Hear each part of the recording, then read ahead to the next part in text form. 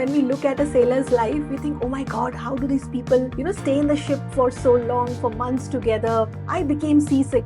And it got me thinking, how do people really do it for a living? If you're going as a guest, sailing on a trip on a vacation, then you're doing nothing. You're just there, enjoying. But then what? After 2 days. But if you've been to work, then you'll have no time. You'll be like, what? Where is the sea? I didn't even know where it was. I'm assuming these ships consist of teams from different countries, right? It's always not a homogeneous set of people from the geography that you are belonging to. So it means that as a leader, you had to lead teams from very diverse cultural backgrounds. Beautiful experiences like how I told about the storms, or even beautiful sunrises and sunsets.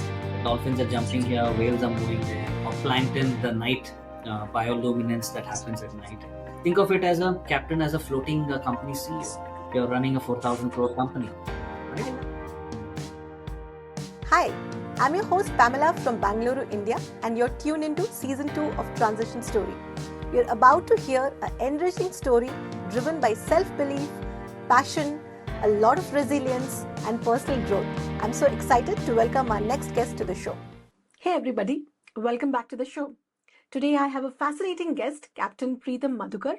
He spent over 25 years navigating the world's oceans before completely changing course to become a coach and an entrepreneur.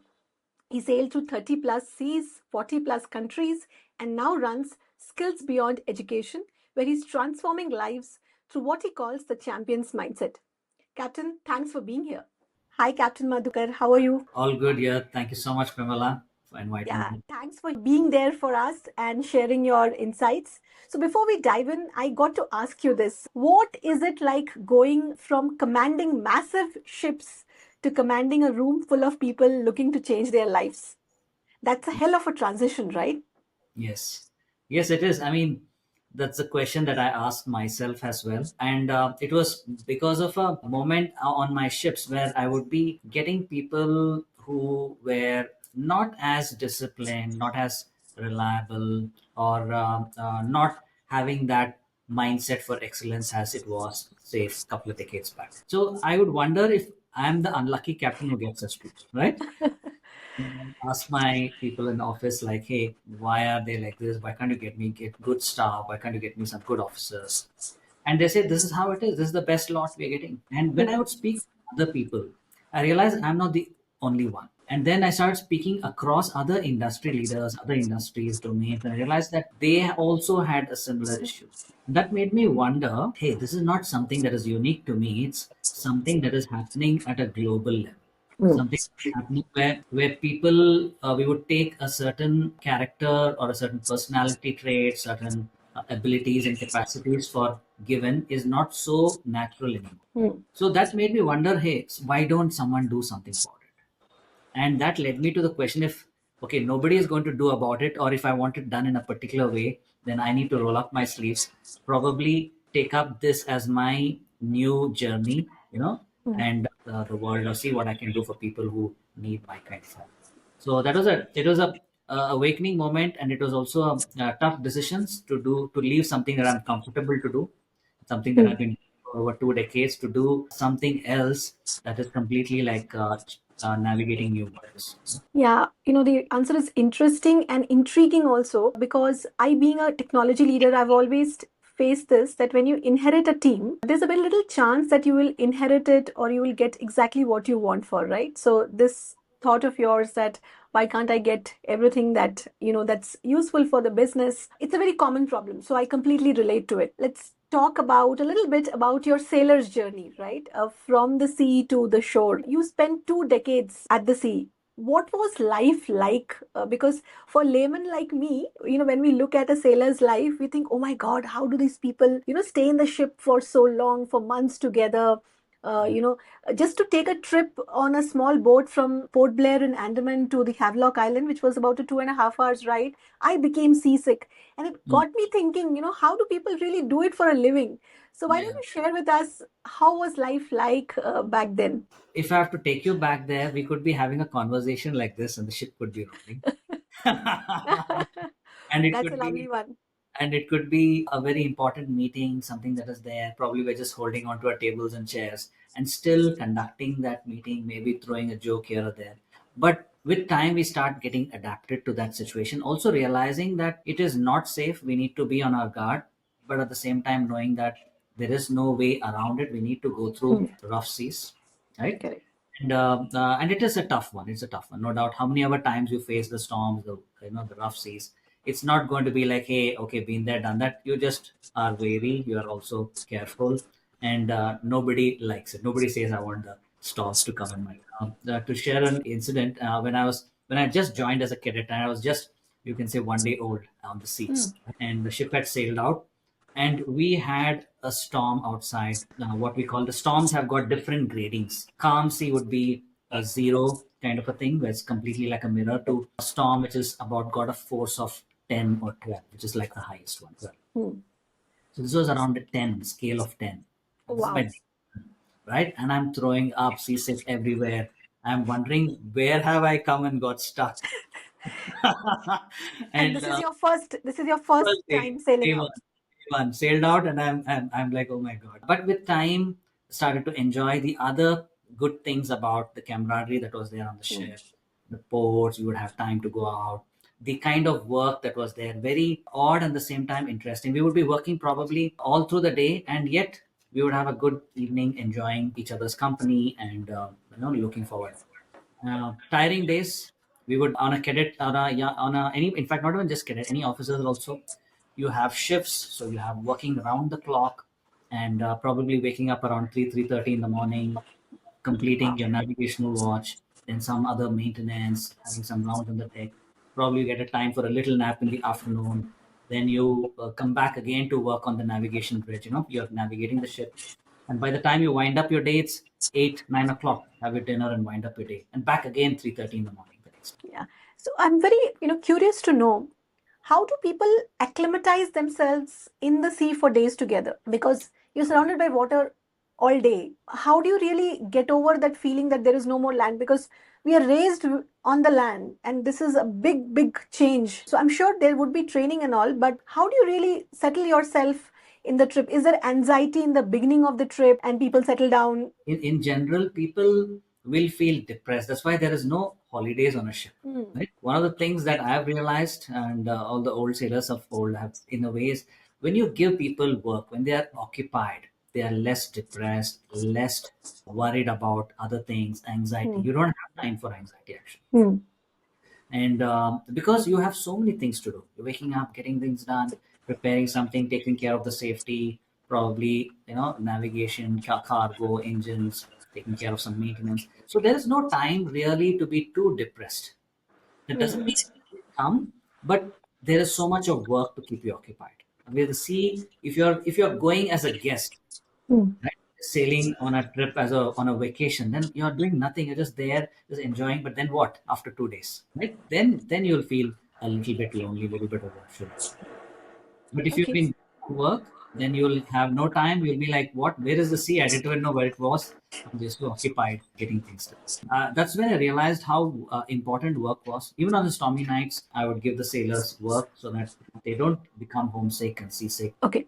Now, I'm sure you would have crazy experiences in terms of storms or any sort of emergency on the ship. What was the worst storm or situation that you look back and reflect on your career and say, oh my God, I overcome this also? Any such experience? Apart from the first day experience where you were Yeah. throwing up all Yeah. along.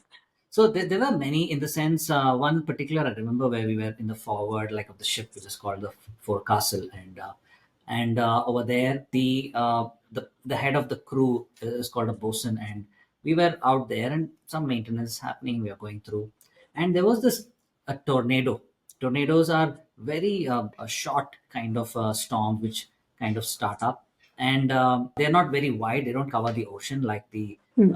storms, but small, intense, and it starts very fast and dissipates. So it Hmm. came over the ship.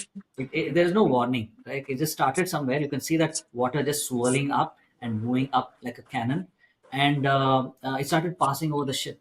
And when it passes over, it's so forceful, it will rip out anything that is there, right? And we both were in the forward part of the ship, and realized that this is coming. There is no time to run, and held My on God. to some ropes and tied our hands, and hoping that we don't let go of this during this and don't get blown over, right? And so that was a very, very tough moment. You're just, every minute feels like an hour there. It feels like the end. So that was one. That passed, and we were a little bit, we got bruised, but not really. We got saved. I mean, it was saving. And that was like almost like you got your life back moment. And but one very interesting thing that I wanted to share with was an electrical storm. Electrical storm. Okay. What So is an electrical storm? storm was, there was lightning, thunder and lightning. Okay, not one, but for about 6 hours, four to Oh my six, God. and it is coming at a frequency of a minute a lightning. That means a lightning is come bursting now every minute 10. Your eyes you can't even open because it's just blasting the lightning there. Oh, Right? Luckily, nothing was hitting the ship, but it was just very, very close. You can't open your eyes, and by the time you do, and it's like a huge blast of bomb which is bursting away at close to your ears, and then one more, and then one more. Okay, is it done? No, one more. Okay, 15 minutes done. Is it done? No. Okay, 15 minutes, 1 hour, 2 hours, 3 hours, 4 hours. They're like almost deafening with that sound and the lightning and crazy continuous burst. It was the only time I had, and it was absolutely crazy. And it was like, I was glad it got over at the end of it. okay. So I'm assuming these ships consist of teams from different countries, right? It's always Yes, not a homogeneous set of people not from necessary. the No. geography that you are belonging to. So means that as a leader, you had to lead teams from very diverse cultural backgrounds. Yeah. So how do you get these people to even speak the same language to work together, when your lives depend on it? Like they would be coming from a completely different background. So how do you really encourage these people to work together? It is tough because we come from different cultural things, and we need to gel well, because if we Hmm. don't, then I might be giving an instruction and that person may do something else, right? Hmm. If it's not critical, then still okay. But if it's something critical, which usually is the case, then the errors are very high. Like if I could ask him, hey, you know what? I want you to steer so and so, and he probably understands it wrongly, does something else. Or Hmm. it could, I want you to go and secure some things on the ship so it doesn't get washed away in the storm, and he does something else because he understood it wrongly, right? So the biggest lesson for me was that it didn't matter how good the articulation was. What really mattered was whether the other person understood that message or not, right? It didn't matter whether I articulated in a beautiful English and whether he got it or not, but did he understand that this is what he has to do? So that was a game changer for me itself, because then I realized that people with different countries, because of their dialects, because of the way they use English, because of what certain words means, the semantics, we treat it differently. Like for example, I would work extensively with Filipinos, and they would have, like, if a ship is coming down, like from the other side, and we could see it, we would say, hey, a ship is coming down, probably, right? It's coming down and we're going up, like it's, we feel it up. So they would say it's coming up. So coming up means as if it's coming from behind. You're like, it's coming up or coming down? No, it's coming up. So you are trying to understand those little nuances so you don't make some wrong judgments, right? It's a simple Wow. and down word. So the same word meant different things for different people. If I said coming up, he would look in the wrong way. If I said coming down, then he would look the way. Then I had to change my English to suit his, or I ask him to change it to suit mine. So Interesting. these were the kinds of things that it didn't matter. It has nothing to do with English. It is like it's right in his perspective, it's right in mine. So simple things like that which could create confusion. And so language was one. The second thing which I realized was people came from different power distance societies. That means some people were very comfortable to speak up to authority, and this happens within India also. But across nations, it's very obvious at this. Hmm. And so some people were very comfortable and they speak up, and people with fragile egos will get hurt. Like, hey, how can you speak up to me like that? And people who appreciated it would like those kind of ideas. Sometimes, if the junior was not someone who would speak up, you will have to encourage, because knowing that, hey, he comes from a low power distance. He's not someone who's going to speak up and give his ideas or tell that something is wrong. Then you try to encourage. By being aware of these cultural differences, it was able to lead them better. Not perfectly, but better. Did you read something before getting into this kind of a career where you were aware that you have to lead people from different cultures? Because So I'll tell you my experience in technology space. When I started my career in 2003, it was very difficult to even understand that in America, a certain way of saying a certain thing means very differently. Like, I'll Yeah. give you an incident very unrelated to what you just mentioned, but similar about the cultural difference. In India, when somebody takes you out for a meal from office, you expect the most senior most person on the table to pay the bill, right? So this is my first stint with a company in US, and the team takes me out for a meal. And I'm very new in US. I don't have a credit card, so I'm carrying some cash with me. And I order a meal, and then when the guy who took the order comes in, he says separate checks or single check, and everybody says separate check, and I am just looking at people around me to really figure out what should I answer, because I'm the only Indian in that group, and I say separate check, and then I keep reflecting, they took me out for a meal, aren't they supposed to pay for this? And then I learned that it's culturally absolutely correct to be able to pay for your own meal and not expect others to, unless they announce it that it's a party or a treat. So it took me a lot of years to respect and understand these cultural differences, and when it came to leading teams across geographies, I was able to respect those sensitivities. And as you said, the language, right, coming up and coming down means different things. Leading people in technology also have these kind of language and the power centers, right? Like, can I really go up and talk to my boss or to the person who is leading? It's extremely well accepted in Singapore, but it may not be well accepted in Germany. So there were differences. But coming to you, how did you really prepare yourself for this? Is it part of the sailors training, or you took some Yes, interest? training does play a huge role for it, for sure. Right? We do get constantly trained. It's not a that we finished one exam and you're done, you're thrown to the wolves kind, right? Constantly every year, today every year, and back then every 2 years, because constantly they are getting upgraded. What's happening in the latest in the human behavior Hmm. element. So we are, because the errors are big, right? One Hmm. colleague, think of it as a captain, as a floating company CEO. You're running a 4,000 crore company, I right? love that. You should copyright this statement. Copyright The this. cap. Yes, I should. Right? So a lot of people, a lot of captains also feel like, hey, nothing. I said, hey, you guys are floating company CEOs. You're running 4,000, 5,000 crore companies. You have people's life at stake. You have over Correct. 10,000 crores of liabilities should something happen to this. Right? That's a huge asset you're on. So that happens. So the training helps for sure. Training from different accidents. A lot of incidents are shared constantly between ships and company within company. Hey, this happened, mistake. Guys, take care of this. Okay, we learn from Correct. it. Like this happened with us, we share that with someone else. So constant experience transfer is happening, constant training of the human side of things are happening. So all this help, of course, having that mentoring. We had a very rich mentoring culture. Of course, it's changing with time, but back then your senior was next to God, because he would do anything and he would teach you the most, or he could make life hell for you. And that reverence was there, and you became best friends also with your senior, right? And it was that culture. You learned from your next senior, he learned from that, and continues. You never learned directly from a captain or something. Got it. Yeah. Right? So you kept on learning from people around you. You had training play a role. Did you ever doubt your decision of being a sailor? Yes, many times, many times. Right? And I felt it was natural for everybody. That I realized later. But back then, I was like, did I make the mistake of joining the sea? Did I really? I mean, and my friends would ask when I would come back ashore, and they would say, "Hey, how was the thing? It was so and so, so and so bad." I said, "Why are you then still sailing? Why don't you do something else?" I said, "But then I asked for it. I was the one who said I want to sail. Right? No, I better deal with it, find a way out, and stick through this."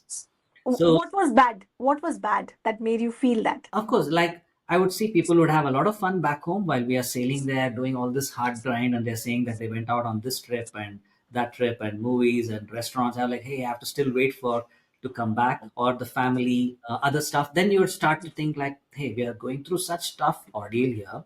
Is it worth it? Second, but then there were so many good moments as well on the ship, right?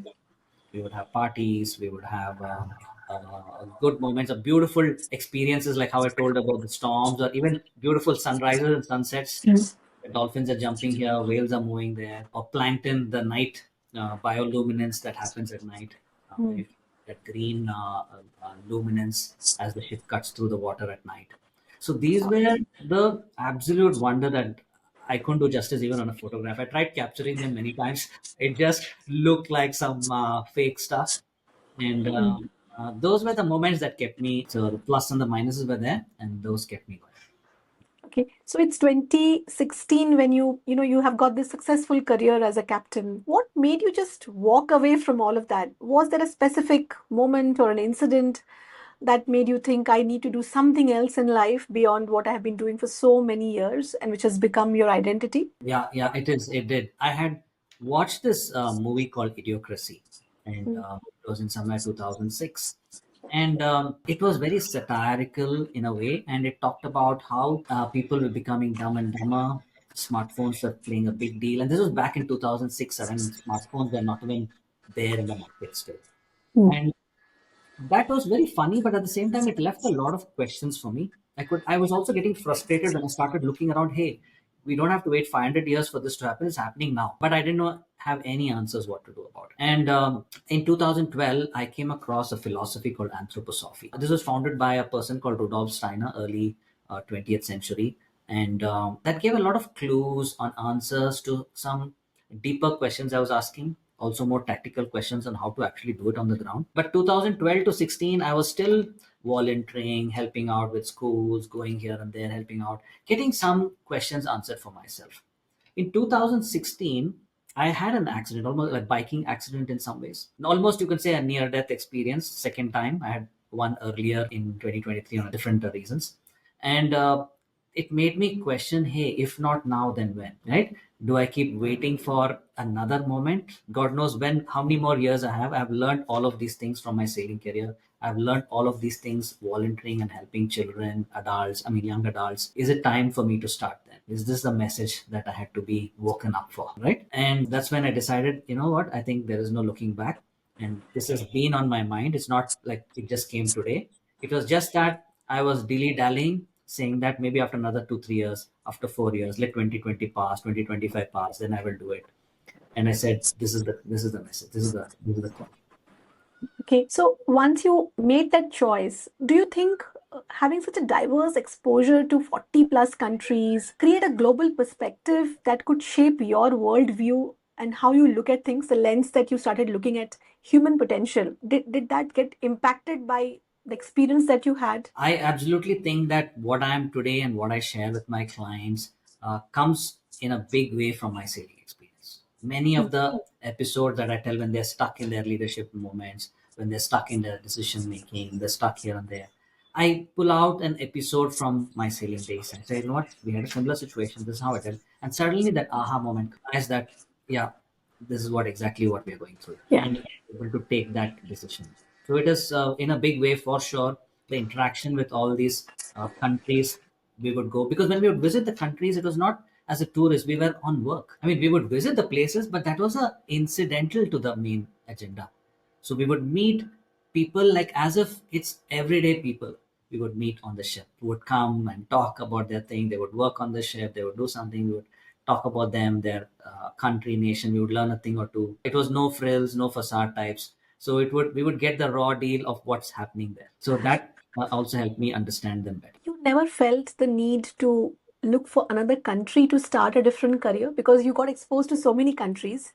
People sitting in India today, the youth especially, if I talk to 10 random youth in different states, everybody has this at the top of their agenda that I want to go to a foreign country because somebody says I want to go to Australia because I like, wildlife photography. Somebody says, I'm good at tech. I want to go to a country in Europe, which is very good at incubation. So every youth has this in their mind. You never thought about starting into 2016 when you really took this decision to move away from the seas. You never thought of looking at another country? My own understanding through the spiritual experience is that all the youth must go out in some ways. I know I'm going to be a little controversial here, but they must. The urge, inner urge, is to move out. If you were in Germany, you'll want to come to India. If you're in India, you'll want to go to Germany, right? The urge is to go out of the house. It's like going out of the house. If India is the house, you want to step out of the house to see for yourself, right?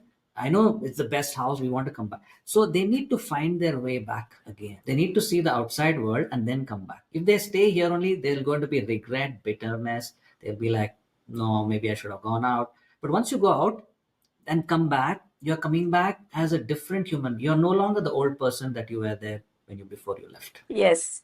That's a great analogy and a way of looking at things, right? Once they go out, they see the life on the other side of the world. They realize what is good back home. And when they find their way back home for the right reasons, they probably stick around and create a better impact. Yeah, because they bring lessons from different. Every human being has got so much to share, and we can learn from. Different countries have so many things that we can learn from, right? Those practices there. So they bring back those, but as they themselves have changed in the process. They're Yeah. not the same. They're not carrying it like a luggage. They have changed themselves. They're chemically different internally. Yeah. See, I was listening to another podcast where Kiran Mazumdar Shah, who runs Biocon, she mentioned as a young brewer, she was a brewer in her early days. She went to Australia to study, and then when she decided to launch Biocon as a company, instead of going to another country and setting it up where the ecosystem was much well developed, she chose to travel to different countries to figure out what technology is really creating that difference which we don't have in India.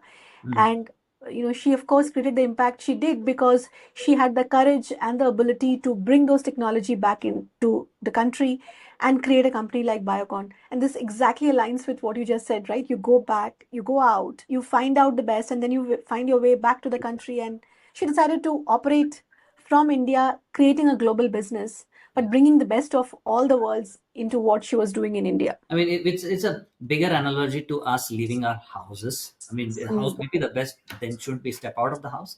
We should, Correct, right? We go out and correct, correct. learn something. We meet some new person. Hey, when we come back home, we're that much better. Either we bring money, we bring knowledge, we bring something else, technology, or whatever it is. Absolutely. So that kind of concludes the first part of our conversation. I would continue this conversation with two other lovely, topics that we want to discuss, because we can't let you go without touching on certain critical topics that you have been very vocal about, and you have a great point of view too. So we'll talk about procrastination when we continue this conversation. But this first part was very interesting for us to know you as a person. And as we conclude this first part, one wrap up question is, how did your family receive all of this? Like, as you had a life in sailing and then you decided to come back to shore, were they happy? I'm sure they were, but how did the family angle play in this whole journey? And we conclude this conversation then. But I must also answer one that how are their response before I joined the sea? Hmm. Hmm. So there was resistance for me to join the sea. There was resistance from them. It's like you're going into uncharted waters. None of us have a clue what this career means. We don't have anyone in our family who knows this. Better to pick the engineering or the medical stream, which is the popular and the well sorted out. So there was a lot of resistance. Why? A lot of relatives, a lot of friends saying that, "Are you sure you really want to go into this? If you don't, then why are you giving up an engineering street or whatever it was?" So there was a lot of resistance. Now coming Hmm. back in 2016, they were like, "Why are you crazy that you're already a captain and sailing? Why you want to stop that and come Hmm. back?" The same people who said, "Don't go," are saying, "No, don't come back, stay there." Hmm. People will see through their own lens, Hmm. either what is good for them or what they think is good for you. They may never truly understand your true aspiration, what it is. Correct. Follow your own heart. Even there, I said, I'm joining a career that I wanted to, and I will exit it on my own terms. Hmm. So there was a resistance. I was in some ways prepared, some ways I had to spend a little more time with each of them where they became more accepting of it. And of course, my wife was also very supportive. A lot of anxiety was there. And you're trying to do something else, and you don't know what it is, what is going to entail. I said, yeah, that's how it is. Every new journey will be anxious, but we'll figure it out. So, but eventually they all came around and gave a lot of support for what I do. Great. And that brings us to the wrap up. But I'll finish this with a small anecdote from my side. When I started this podcast 1 year back, right? So my family also questioned, like, why are you doing this when you have a stable job and this is not going to get you money? You are just trying to invite people, talk to them. And I had to tell them the same thing, that I want to explore uncharted territories, right? So if I go into these conversations, it takes me into people's life that I will otherwise not get to learn. Reading a book, I can only learn so many anecdotes, but looking up close to somebody's life, for example, I have never interacted with a sailor before in this proximity, right? So I get to know so much. So I decided to do this despite the fact that the family had a lot of doubt whether I should be really exploring this. And when I reflect on it now, yours is the 30th episode that we are recording. Oh, So 30 unique life stories that I have, discovered is such a treasure for me. mm, absolutely. So, which I'm not ready to give up for anything because I decided, I'll start this. I will decide when I want to conclude this. I call this life encounters. We meet different people. There are so many strangers I've met through my sailing years. We Hmm. never even exchanged our name, but we would have had wonderful conversation, maybe in some spot, some shop, some bus stand, some train shop, and parted ways without like nothing, and never again meeting them ever in my life.